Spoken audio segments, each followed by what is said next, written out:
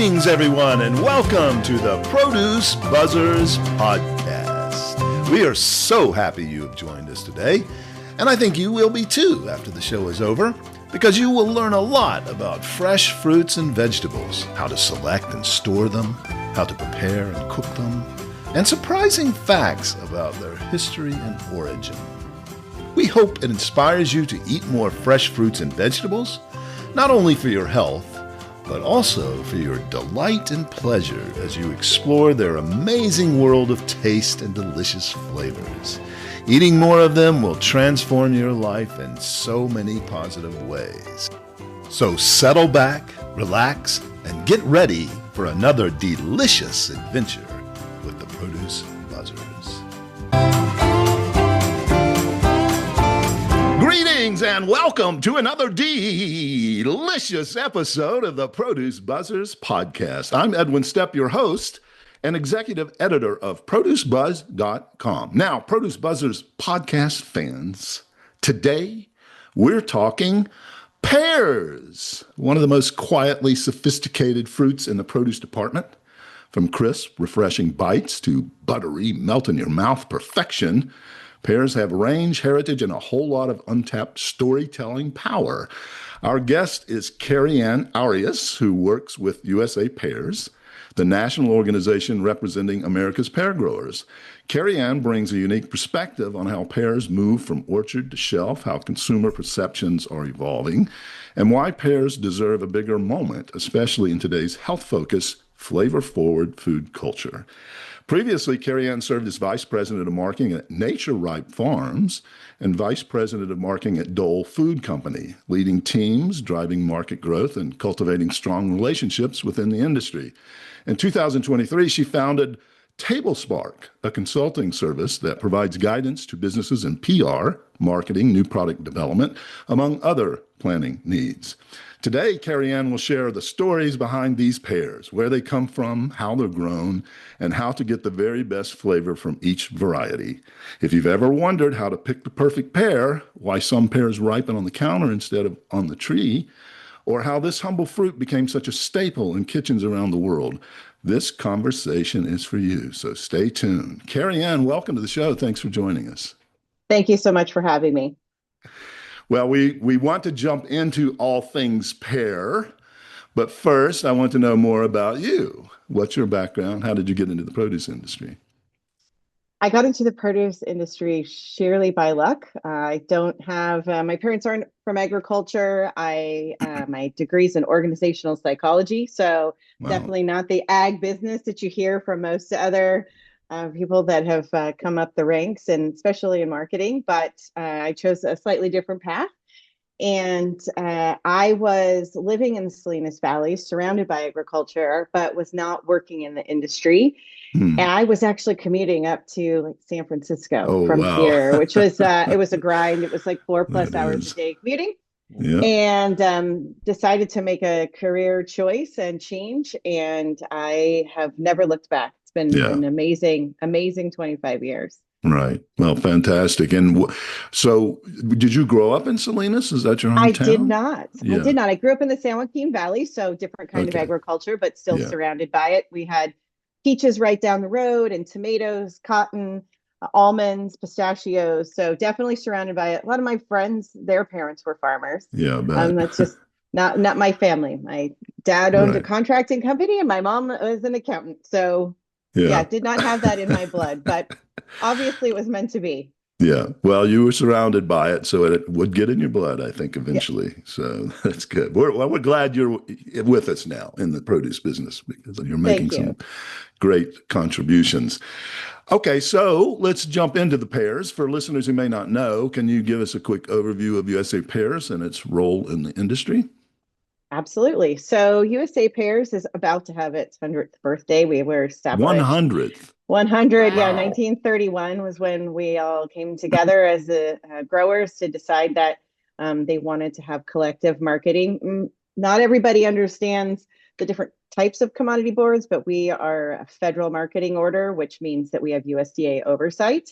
It also puts us in a position, allows us to have grants that help support our growers in both in export markets. Hmm. And then our growers pay an assessment per case that allows us to fund marketing activities and research in the United States. So it's multifaceted. Our funding comes from a lot of different places, but the ultimate goal is to support the pear growers and their marketing efforts to make sure that we stay top of mind with consumers and in any country that we happen to ship our amazing product to. Right. Where are pears are most of the pears in the U.S. are grown in Washington and Oregon, correct? Washington, Oregon, and some in California. California. There's a Yeah. little in Michigan. There's a little in New York. Okay.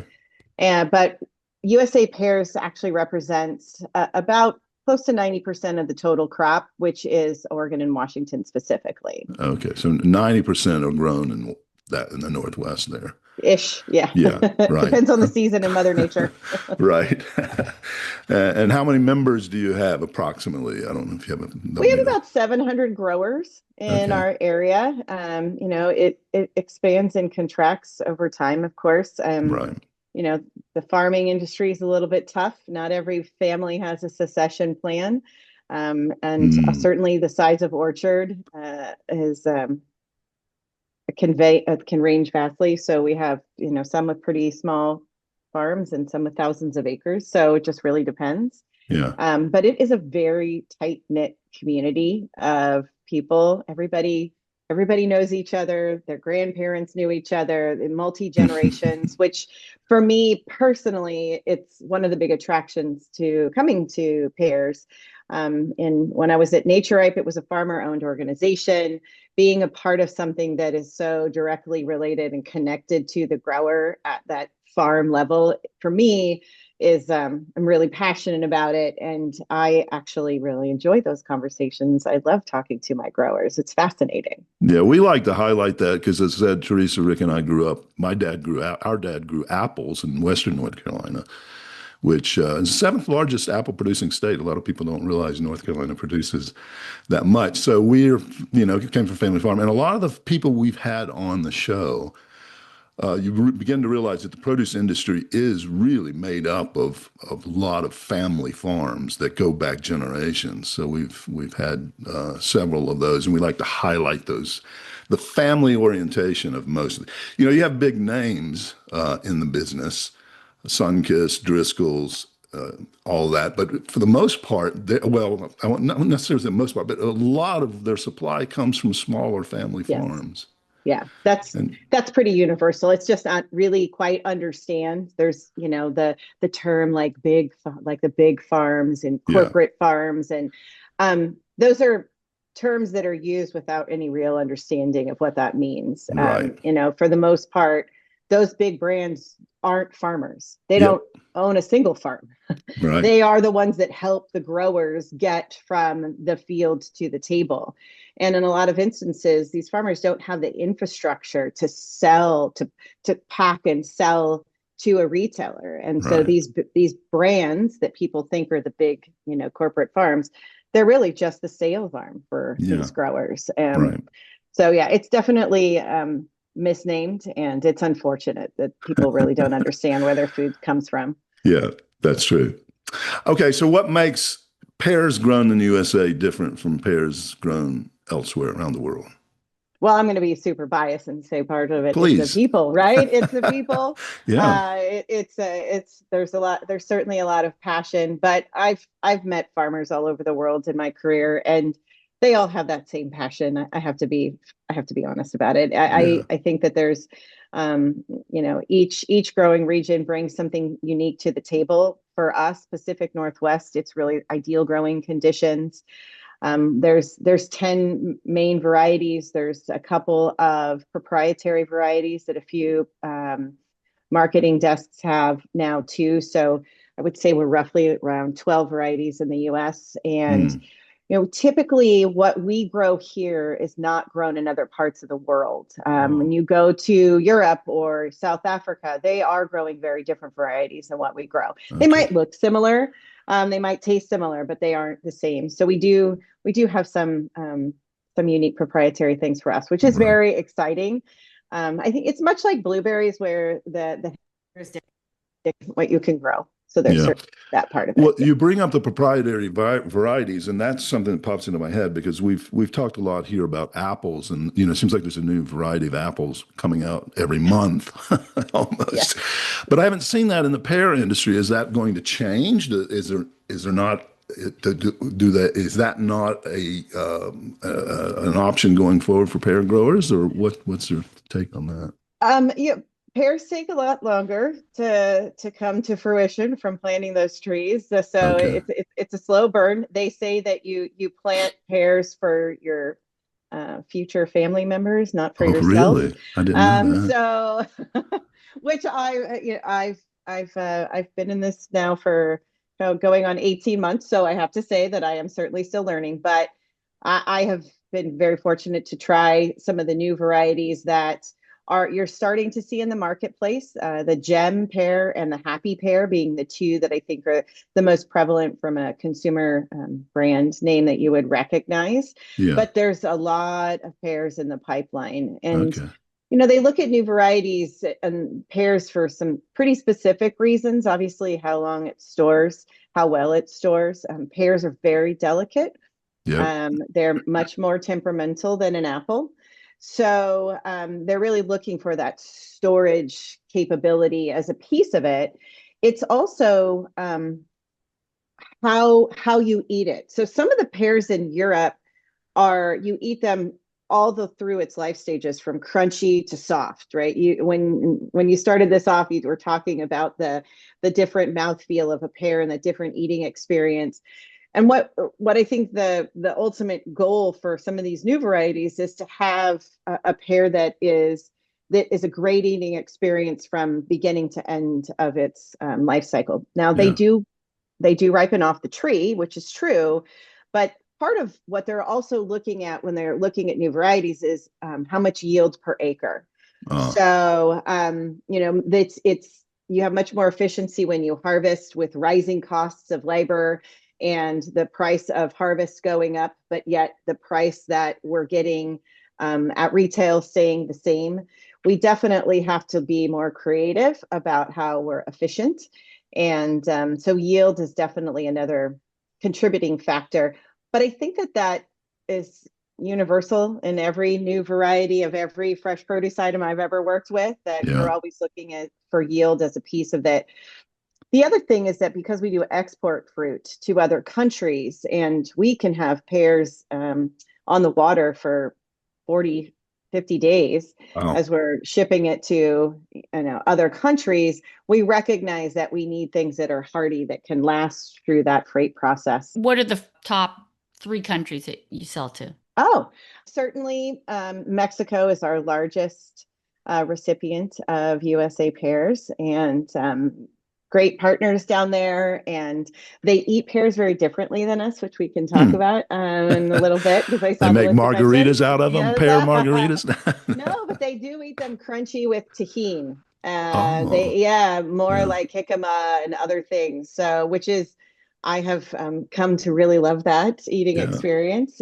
Canada is certainly high up on the list. So, our brothers and sisters to the north and south of us. I mean, it makes sense. Proximity and freight lanes, certainly, we understand that.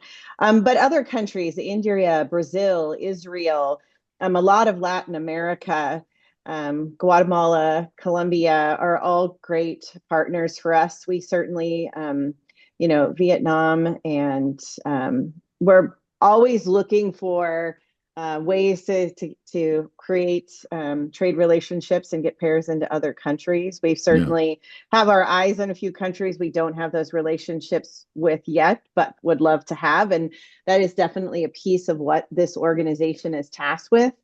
And so, yeah, but it's pretty exciting to see displays set up in India and Israel and Yeah, Dubai, and their stores are so different. The way they merchandise is different. It's right. very rewarding for our growers and for all of our growers that do work with sales organizations that sell to export.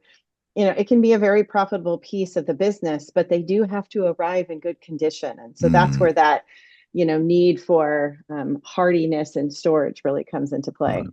Teresa, you got a question. Yeah, this kind of combines the import part with the variety part. I know that the Bartlett pear is actually called the Williams pear in the European markets. Have you ever heard that? Oh, yes, And yes. and would you export them under the name Bartlett or under the name Williams pears when you go to other markets? So we do refer to them as Bartlett, but it doesn't mean that at shelf in certain places they wouldn't name it a Williams pear should they so Yeah. choose as a retailer. Our boxes all say Bartlett's. We don't. It doesn't say Williams. We don't send much to Europe anymore. It's practically non-existent, Hmm. mainly because they have closer sources for supply than here. So it doesn't make a whole lot of sense for fruit to come from here, although we did have a little bit go during the early part of this year's season. But yeah, we do. That is one of the ones that is a crossover that like much like a Bosque, it's a pear that's been around for a very, very long time, has lots of heritage, but one of the few that has a different name and a different market. Yeah. And I Who's and I actually heard that the reason it's named differently here is that the man who first started growing it here didn't realize it was already named Williams pear elsewhere. His name was Bartlett and he named it Yes, Bartlett. yes, Named it after yes. himself. Yeah. And put two T's on it, so not everybody spells it right. Sometimes I see it misspelled at shelf. So yeah. Yeah. Yeah. so Cynthia? who's the biggest competition for USA pears? Ooh, that's a really great question. Probably South Africa right now. They've really exploded in their production. They certainly have different cost structures for operations than we do. And while the fruit doesn't come into the US, it definitely they're competitive for us in our export markets. So would I, that be Europe? Is that why, Yeah, they you know, definitely service Europe.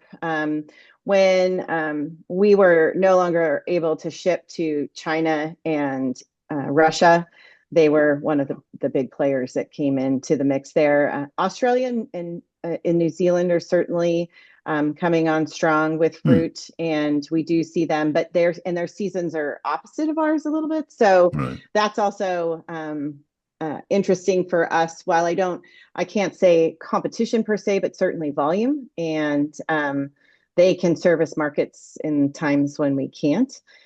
They grow some varieties that we grow here, and then they have a lot of unique proprietary ones down there that are just in their marketplace.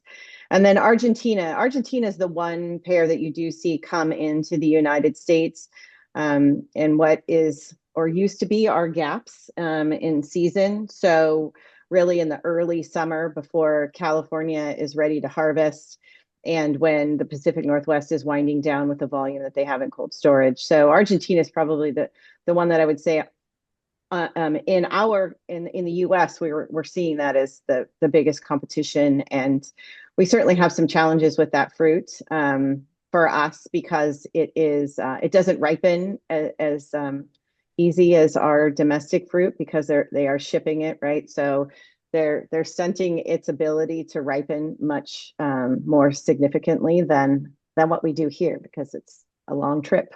So the eating experience isn't always the same as now what we say have that from our again. fruit. So they don't ripen as well. Is that what I heard you They don't say? ripen as quickly. Yeah, Mm. they don't ripen as quickly. So typically you buy a US pear um, from any of our growing regions and you sit on the counter for a few days and it's ready to go.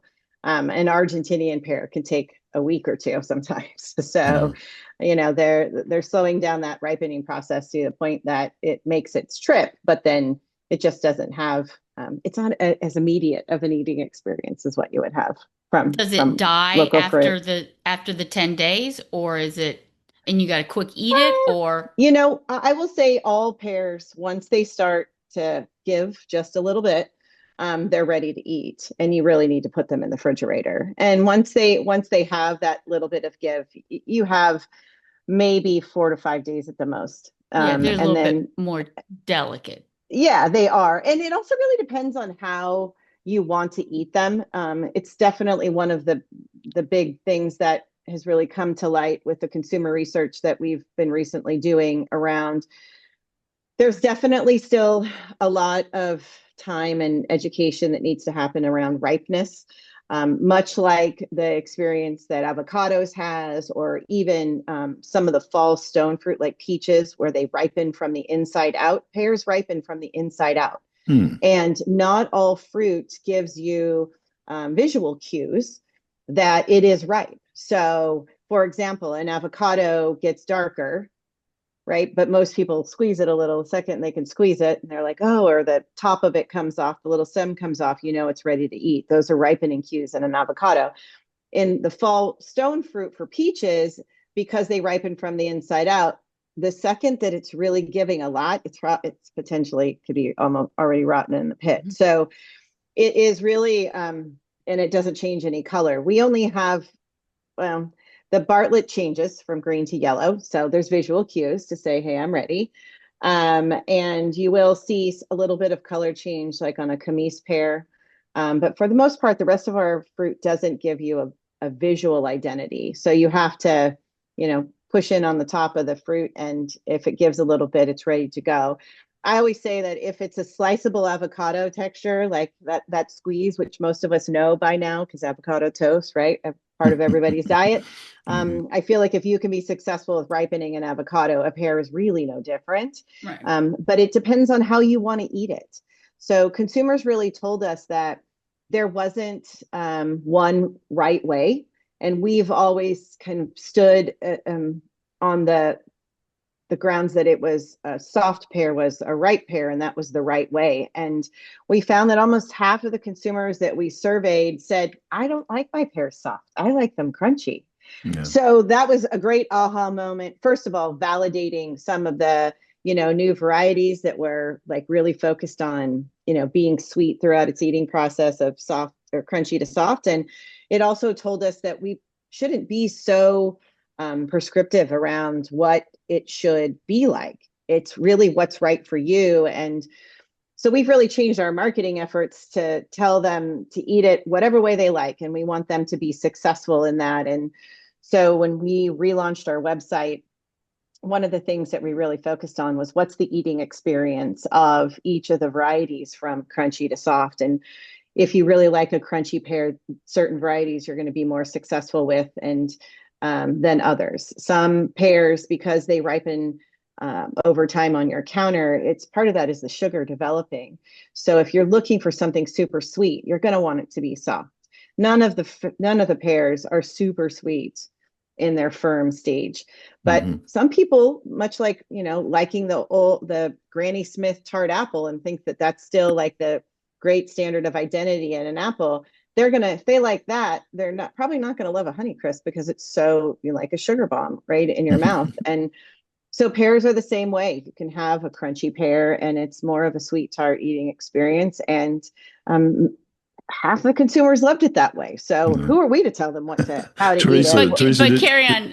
Sorry, Teresa, I think you had a question. Do you still have it? Well, gee, it was such an interesting. No, that was good. I was like, oh. You've answered all my questions already. But that's okay, great. thank you for being here today. No, that's good. She is a really good teacher, isn't she? You really explain information well.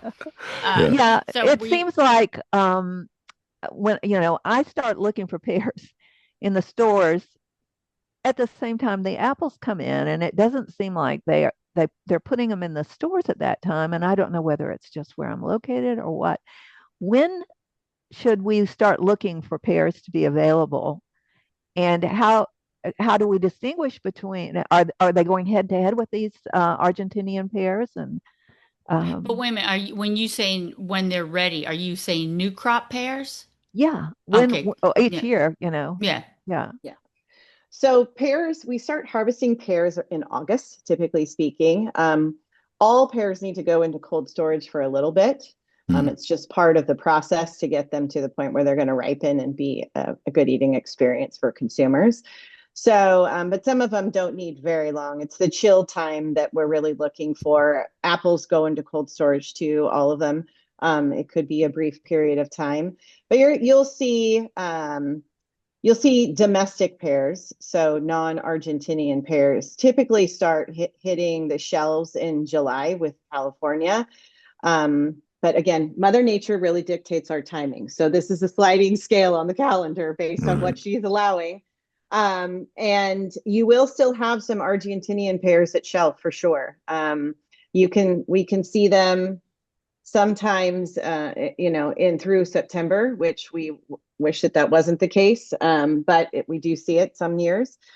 But for the most part, when you're looking at what our fall pear varieties are, those are going to be obviously your Bartlett's coming out like right out of the gate. That's typically when you see stark crimson, which is the brightest red version of a red pear that we have here domestically. Camise, which many people would know as the Harry and David Royal Riviera pear, that comes in the fall time. And then the little hidden gems, if you're lucky to find them, which is Seckel and Farrell. It's these little tiny guys.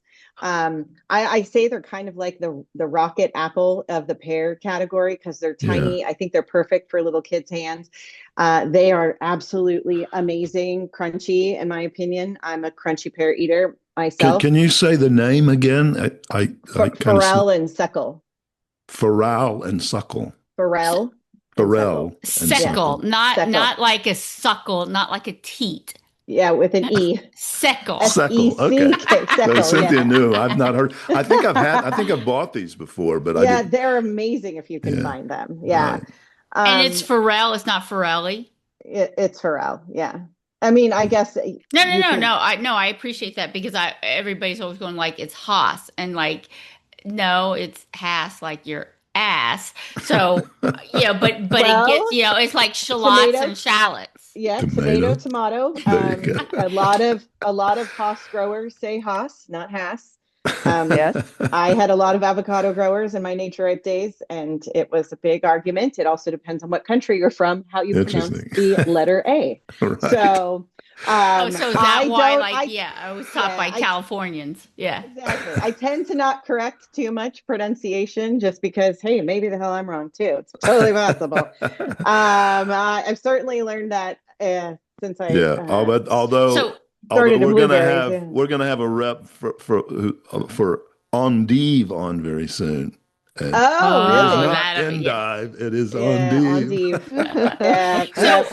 So a couple questions. So I love the fact that you said that in Mexico they eat it differently because and you said you referenced jicama, which is kind of like my new last 5 years that they've like. I love those jicama like tortillas, if you will. Those are unbelievable, but the Bosque has got that perfect texture for that. And I do think it's a little sweet because like I'm always looking for like a 23 for my bricks level. Sometimes you can get them and like you have to carry it home like an egg and hope that like I always do self-checkout because I'm gonna like lose my marbles when they like slam it down the conveyor belt. I got it. That's why I won't let anybody buy my produce in like 100%. A click and collect environment. I don't trust anybody. I know. We always talk about that. We can never use the click and collect shopping. The Instacart stuff like that. I think Camise is probably the pear you're going to get closest to like that mid-20 brick. That's sweeter than Bartlett? Yeah, definitely. Oh, wow. Yeah. And I've had Camise before. Yeah. That's that in my 18 months of experience, although I've been a pear eater my whole life, Camise is definitely can get the sweetest. And it's when it's, it's much like a strawberry. The bricks go up as it starts to decay, right? So it's like that, it's the end of its edible life is when it gets the sweetest. When a commis starts to get soft, that thing is absolutely a sugar bomb, and it probably does. It probably is that 23 to 25 Beauty. range. But Okay. Yeah. pears have a pretty mild flavor in general, and it's this kind of sugar to acid ratio, much like that. The ideal blueberry is like this pretty like good balance of sugar to acid. I would say pears really were looking for kind of that same eating experience. But in Mexico, Bosque is really only kind of a popular variety in the northern part of Mexico. It's really the D'Anjou, Oh, Anjou, of Mm. however course, you Mm. want right. to pronounce it. Yet another one that you can say it however you'd like. But the Anjou is really one that I see most in Mexico. It's the most popular. It's definitely a bit more of that sweet tart eating experience, and stays crunchy a lot longer. So that's like the pear of choice down in Mexico. And yeah, the first time I had it with chamoy and tahini on it, I was like, I am sold. Like this is amazing. Chamoya. Yeah, which is Yeah. it's our version of caramel dip, but down in Mexico, right? We would dip apples in caramel, not there. So, Yeah. but the tahini eating experience is really great. We actually partner with tahini on a regular basis Hmm. to do promotions because it is a really unique eating experience. And I have discovered that I have found a way to put tahini on just about anything. And they have a new version that's tahini twist, and it's got a little bit of sugar in it, so it's sweet and spicy, delicious. Oh, So wow. yeah, and you see kids eating this, so it's tahini has kind of become the new soy sauce or wasabi, where we're eating a culturally unique flavor, and it's being kind of absorbed into mainstream consumption. Yeah. So Yeah. Yeah. Do any cultures use pears in salsa? We do. We have a pear salsa recipe that's really popular, actually. We use it in demos a lot because it is a crunchier pear. But I wouldn't say that I don't know of any culture that makes it mainstream, but once you've had it, you're going to be sold on it. And Yeah. that is a recipe on our website. Yeah, that Well, and make it as spicy as you'd Oh, like. We I served it see in it. Yeah. Washington. We served it in DC at the Capitol for an Ag Day. So we Oh, served it to cool. a bunch of Nice. legislators. Yeah. Since you brought up your website, let's give our listeners the website because I know you've got a lot of recipes there and a lot of information about pears that'll be very helpful for them. What's your website? Absolutely. It's usapairs.org. USA And Pears. Okay. it's a completely brand new website that we launched when we relaunched the brand in October, and ever evolving. We're constantly putting up new content as we expand it to really focus on kind of the unique combination of both cultural and ethnic flavors that people are really experimenting with at today's diets, and the nutrition components that people are looking for, which often brings them to especially like single commodity or commodity board websites, trying to understand what really that fruit does, where it comes from.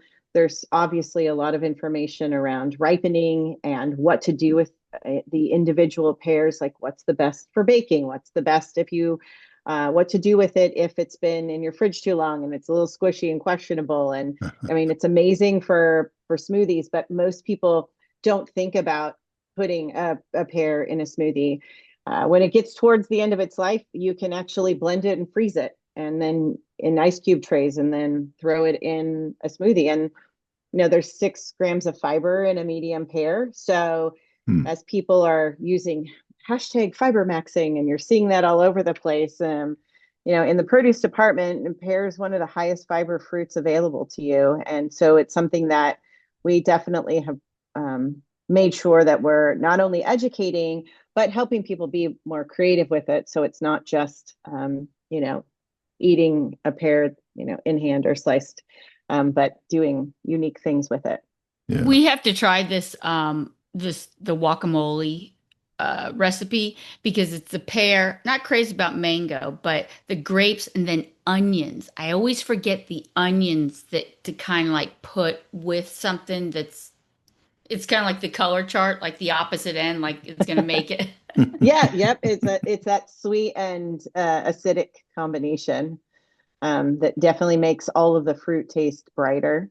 And I know not everybody loves onions. You can always switch to a shallot if you want, or the ends of the white. Shallot. Yeah, shallot. Shallot. The white ends of a green onion also can get you there without it being too overpowering. I mean, I don't know. yeah, I kind of think like a white onion would be really good with that. that's what I would use. That's Yeah. what I would use in my kitchen. But I like onions, so I'm Yeah. not wedded to it. Yeah, I'm with you. yeah. I think it's Everyone perfect. But red onion. putting it in the smoothie, you're right. I am guilty of never done it. Yeah, Never have done it. How sad is don't throw that? them away when they're soft. There's so many other things you can do with it at the end of its life. But Yeah. don't That's throw it good to away. know And because I have lost a few pears that I didn't get to in time. But there's a tremendous amount of consumer guilt around Oh, I throwing away know. fresh produce, right? So I've Yeah. always been a big proponent of how do we figure out what to do at the end of its life with certain things. It was one of the phone calls we used to get all the time at our consumer hotline when I worked at Dole was, can you freeze packaged salad? And of course, we know the answer is no, except for one. You actually could freeze spinach if you so choose. You can't. It's not going to be edible in its salad form. It's now like a cooked spinach Yeah, equivalent. you're gonna saute it. Yeah. Yeah, but you can't. You can't freeze packed salads. But people were so desperate to try and save their investment, and they wanted to know what to do with it. And it was this aha moment of, all right, let's go through everything that we sell and help consumers understand what they can do so that they're not throwing away produce, because you feel terrible. Like I feel terrible if I come back from a trip and I'm like, oh man, and you go to pull out that like cucumber and it's having a conversation with you. It's so old and been in your fridge for a week on end. Yeah. So Do you have fermented recipes for pears? So great question. I actually I do some of the recipe development, and I did pickle some pears this year, experimenting with that to understand how that would go. Fermenting is a little bit different because the pears do break down pretty hard. So in its traditional sense, like you would think of doing kimchi or something like that, they're not going to hold up. They're going to turn into essentially pear version of applesauce.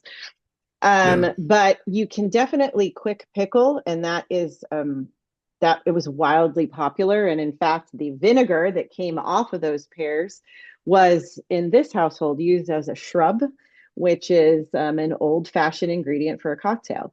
And it was wildly delicious. So doing a little bit more experimenting, want to refine the recipe for what the average consumer has in their kitchen, because I have 2 full cabinets of spices. I'm not the average house. And I recognize that star anise is not readily available in most people's households. So putting that together so that we can load some of those onto the website. But I will say that it is absolutely amazing on brie. I tried it on pork. I tried it on fish, and I liked all of the eating experiences. Although the shrub might have been the most popular use. What was your cocktail? What was the? Yeah, it was actually like a gin pear martini is what it ended up being, and it was lovely. Very So good. yeah. We did have a really unique experience with some food journalists that came into the growing regions during harvest last year. And one of the chef experiences, the chef actually made a quick kimchi version of pears. Wow. So instead of it wasn't fermented, it was just made a few hours before we arrived. And it was the traditional flavors, but not heated up or anything. It just sat on the outside of the pear, and it was spicy. It was refreshing.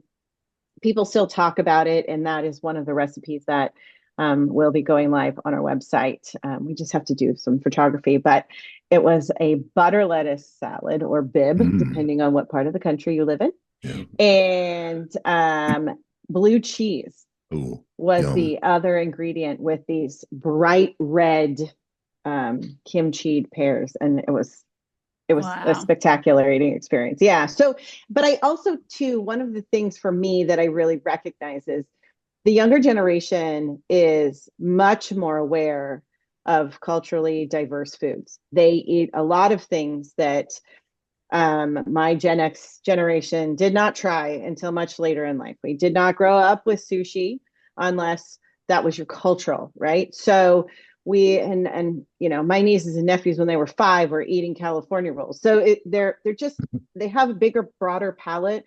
And I think it's really important that we lean into that because we do want Gen Z to cook. We do want them to be experimental, but you have to deliver the flavors that they identify as part of their diet because it is dramatically different from the older generation. Yeah. The reason I asked that about fermenting is I actually got drunk once on gummies pears that had fermented. Now that is a story that we should drink some pear martinis over. To find out what happened. Well, do any of your growers make pear cider or any pear liqueurs? So great question. There's definitely some pear wine that I've experienced. Oh. I know that some of my growers are very involved in the cider industry in the Pacific Northwest. There is a cider version of our board of the USA Pears. There's a cider organization really? that does now have a Perry Award, and they Perry, award that's the what I best thought, pear cider. Yeah. So we're definitely seeing the pear cider scene start to grow, and it is my growers' pears. I've But traveled a lot to independent, England, and pear cider over there has been popular for many very years. popular. Yeah. So Yes. compare it to, for me, for like apple cider this time of year. So that's a great one. So apple cider, there's kind of two veins of thought with apple cider. Some of them are made with like crab apples, and other types of apples. So you get that kind of like bite on Yeah. it. And so it's definitely a unique flavor, but it feels almost like it's acidic. And so it's a little bit sharp. And then there's Yeah. some pear cider or apple ciders that they're only using eating apples. It's a very different drinking experience between the two of them. In fact, the Martinelli's sparkling cider, which is huge here where I live, their corporate headquarters is about 20 minutes away. Right. They have a hard apple cider that they've worked very hard to make sure it tastes just like their original apple cider that is, of course, non-alcoholic, and it's all eating apples. So within the pear category, we don't really have like a non-eating pear per se. I mean, there is a quince out there that maybe kind of qualifies, although it's not really a pear. It's kind of tangentially related to us. But so you're going to see with pear cider, it's going to be more like a pear in its flavor and its finish because it's literally just pears. Right. So not quite as it's sweeter than typically yes. apple ciders, but yeah. Not to say that they can't make it more dry. Okay. But yeah, it definitely, I mean, all the ones that I've had at least, and I'm not saying I'm an aficionado on it, but I definitely can say that it tastes, the palate does seem sweeter to me. Yeah. Are they growing any pears in bottles for the? You've seen that, right? The pears yeah. that grow So in the that's bottles? actually a French. I think it's a brandy. It's a brandy. Yeah. Yes, a brandy. and in France they successfully do it. Yeah. Our growing regions have a lot of wind, and I did ask this question when I first came on board, and apparently we did have a grower that was doing that. I mean, they literally tape the bottles over the pear, and it grows inside. It's not some witchy magic that gets it in there. It literally does grow inside of there. And from what I understand, it was a failed experiment. But there is a distillery called Wild Roots. They are outside of Beaverton, Oregon, and they make a pear vodka. And they make actually a lot of different fruit flavored alcohol, but their whole premise is that it isn't, there's nothing artificial. It's made with the actual fruit that is represented on the bottle, and their pear vodka is pretty divine. It is also almost a little cloudy. It is dark in color, almost like the outside of a Bosque pear, and it's absolutely delicious. And they are using pears from Oregon. So Yeah. There's definitely some of that out there. Well, we got I off sound like track. an alcoholic. I know way too much about a pear alcohol at this point. I didn't know that I knew. I'm glad you asked. I'm glad you and asked. Here Yes. I can show you what I just. I wanted to hear more about the nutritional value of pears, say as opposed to apples. Are they similar in nutrition? We are similar. Pears have a little bit more fiber in them, which is certainly a piece of it. We are somewhat related. We're a palm fruit, but pears definitely have a bit more fiber to them. There's certainly a hydration factor that you're going to see between apples and pears as well. I think for us, when we talk about the nutrition of a pear, obviously it's a different eating experience. You need variety in your diet, which is certainly a part of it. For me, I think that typically people, when they talk about eating pears, it feels elevated or fancy, which I think is very interesting. So Yeah. food has to taste good first. Nutrition is always secondary to palate, especially in the United States. Right. I would say not all cultures believe that. There's certainly cultures that are very focused on the health aspects of food first, and thus some of the very strange fungus and mushrooms and other things that I've eaten in some Asian cultures, but they're like, it's good for your skin, it's good for your hair, and I'm like, but it's terrifying to look at. Can I just rub it on my skin? Yeah. So I have to consume it, right? And so they're not quite looking at palatability in the same way that we do here in North America. So for a lot of instances, when we do start talking about it, we lean flavor first because it is very important. Pears are delicious. And it's funny to see people that are like, I don't think I've ever eaten a pear, and to experience that pear for the first time. And we do a lot of sampling. It's like their face lights up and they're like, I didn't know that I loved a pear. And I always tell people to go buy pear jelly bellies. I know that sounds really strange, but the pear jelly belly, it's made with pear and it tastes exactly like a pear. And I've had people come back to me and say, I love pears and I didn't know it until I had a pear jelly belly. So that's interesting. So that's obviously the ideal standard of identity of what a pear tastes like. And it does. Our pears do taste that way. There's also it is, yeah, the little jelly beans. They've got popcorn too, popcorn jelly, and that tastes exactly like popcorn. So it does. I would believe that it's exactly spot on for pear. And it's funny because almost every single trade show I have done since I took this role, somebody talks about the pear jelly belly at least once. I'm like, maybe we should bring these things into our booth. Exactly. Yeah, we don't, especially when we don't have it in season. Yeah, you don't have it in season. Here, this is what we have. Yeah, exactly. Close your eyes. Yeah, for the most part, U.S. pears are available year round. And it really depends on crop size, but you'll be able to get our red and green Anjou pears definitely into May. Sometimes we're in June. I've seen us go to July. So when people ask me about like pear availability, we're really available year round. It really is available year round. It's in a grocery store year round. The number of varieties expand and contract, right? In the fall, when we're in new harvest, you're going to see a lot more varieties that are out there. And in the summertime, it's really down to the red and green Anjou variety. But I mean, they do all have unique experiences. They still taste like pears, but there are nuances within each individual one, which is something that we talked about on our website too, to help people understand, like, there is a little bit of difference of like, one is more citrusy, one is more buttery. Because just like wine and berries and everything else, every variety has its own nuances to it. But the fiber piece of it is consistent across. So Rick, to your question around like some of the nutrition components of it, you're still getting your 6 grams of fiber. Some of them are definitely going to be sweeter, but sweetness is developed over time as it's ripening on your counter. So it's going to taste sweeter because the bricks do develop as it goes through the ripening process, like everything else. So that is something that is certainly a unique to a pear. I often tell people when they're first starting to buy them and they'll have this, oh, I couldn't get through the whole bag. Well, you can definitely, the second they start to feel ripe, if you put them in the fridge, you've got another 4 to 5 days. So having pears like slowly ripen on your counter over time. Now, ironically, I only have 2 pears left in the house. They're both in the fridge, or I would show you because I literally keep some on the counter and some in the fridge all the time.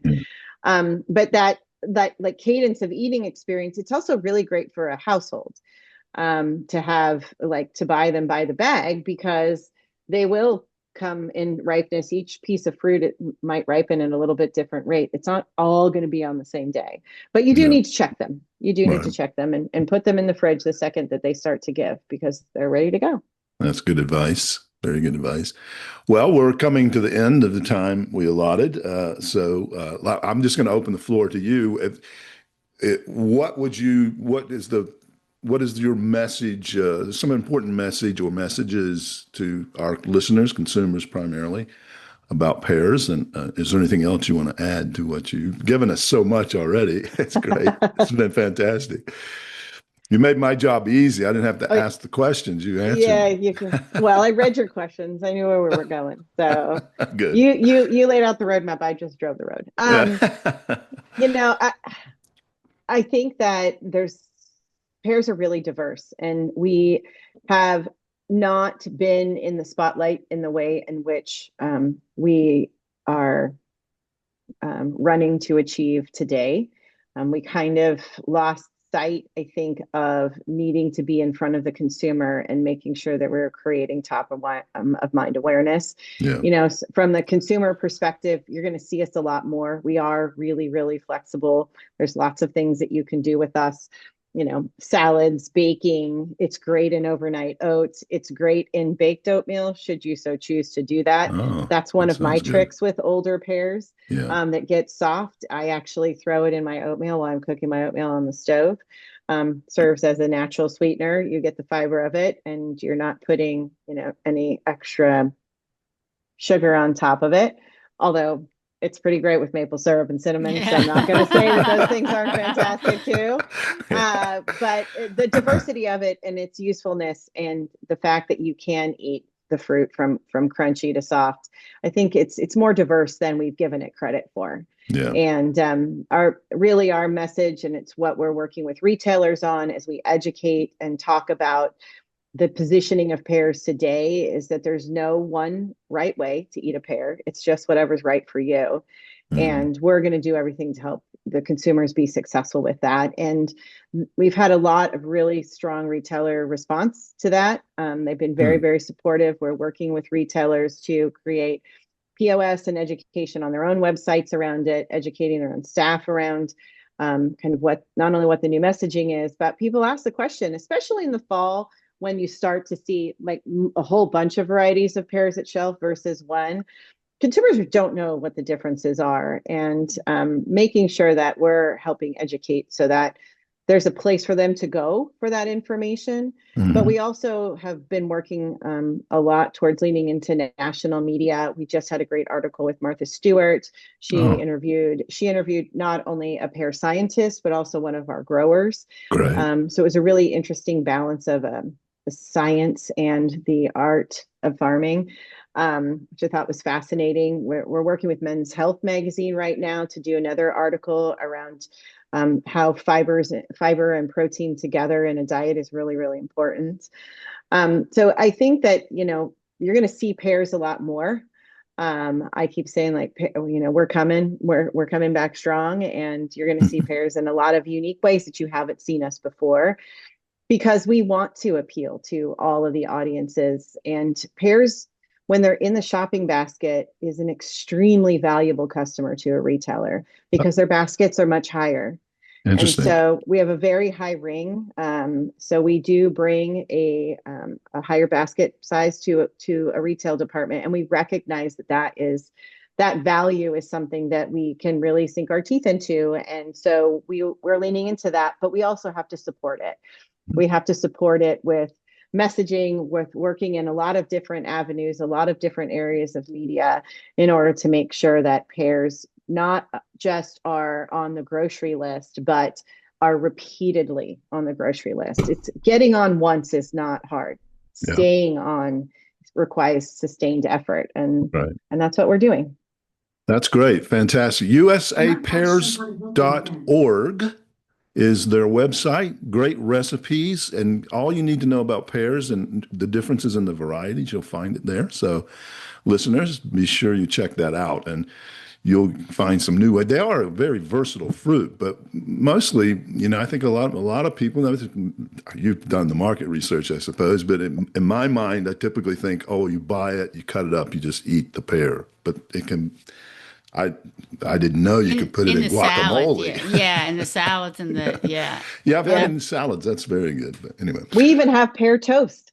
Oh, and what do you? Okay, I'll have to look avocado, on half pear on that too. Yeah, so make sure, Edwin, when you go marketing, to pick up your pear. She usually tells me to grow a pear. Exactly, right? I gotta go. It's so nice to meet you. Nice to meet you too. Bye. Thanks.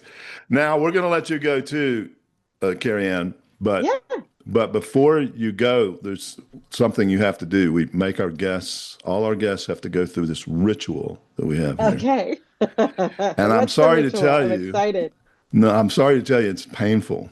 Okay. It's a very painful ritual. Great. So here's the deal. I'm here for it.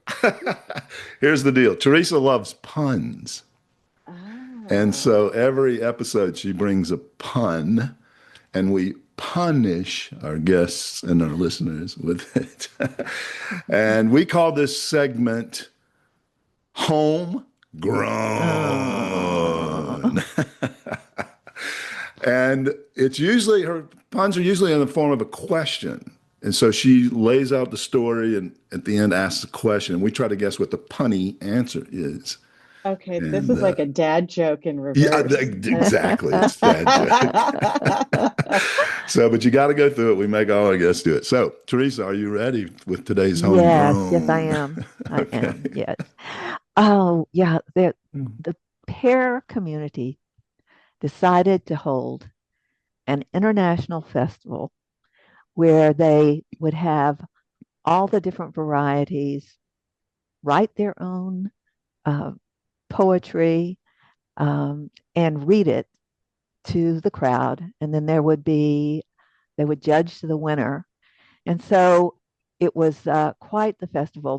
They decorated the stage with pear trees, which had actual pears, ripe pears on them, and the pears got up and they individually read their works, and they were judging by applause. So the final entry stood up, and his reading rattled the audience so much, and the applause broke out, and pears literally fell off the trees from the thunderous applause. So, which pear won, and what was the headline? Oh, man. So the pears, all these different varieties of pears, right? Like there was a Bartlett that got up, and Anjou, Comise.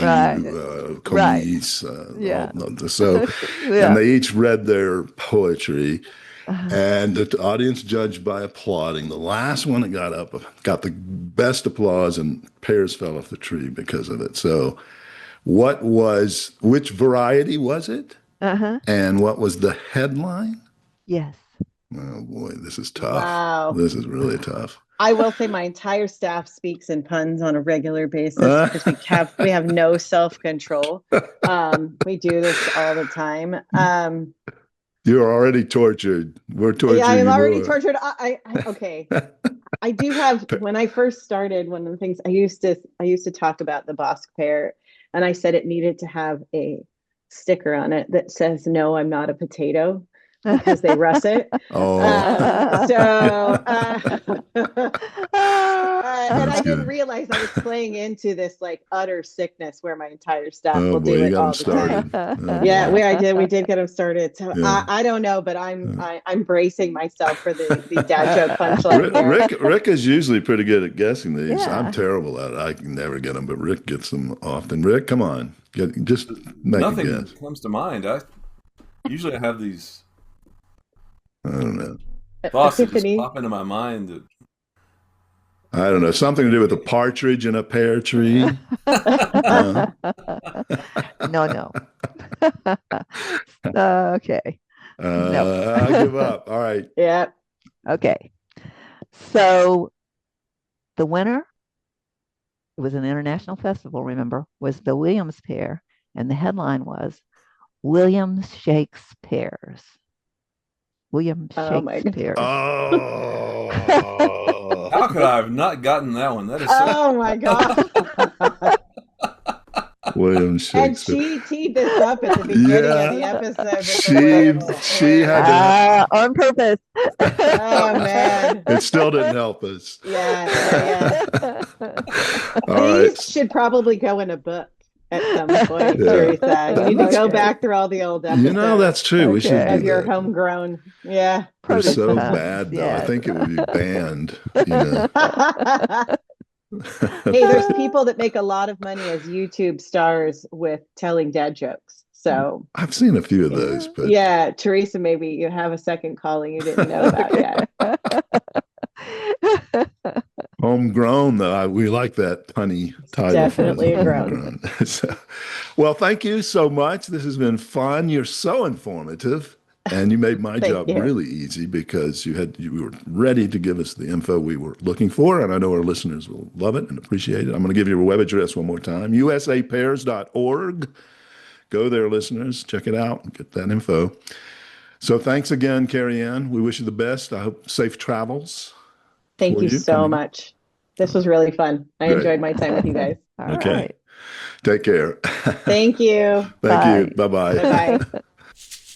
Well, thank you, listeners, for tuning in to the Produce Buzzers podcast, brought to you by Produce Buzz, the gathering place for lovers of fresh fruits and veggies. We hope you were entertained a bit and educated a lot about fresh produce. Be sure to join us next time, and please tell your friends to do so as well. Like, share, and comment on our Produce Buzz Facebook page, and check out our website at www.producebuzz.com. There you will find articles about fresh fruits and veggies, how to select, store, and prepare them, as well as lots of interesting facts about all the wonderful bounty the earth provides for us. Until next time, be fruitful and don't forget to veg out.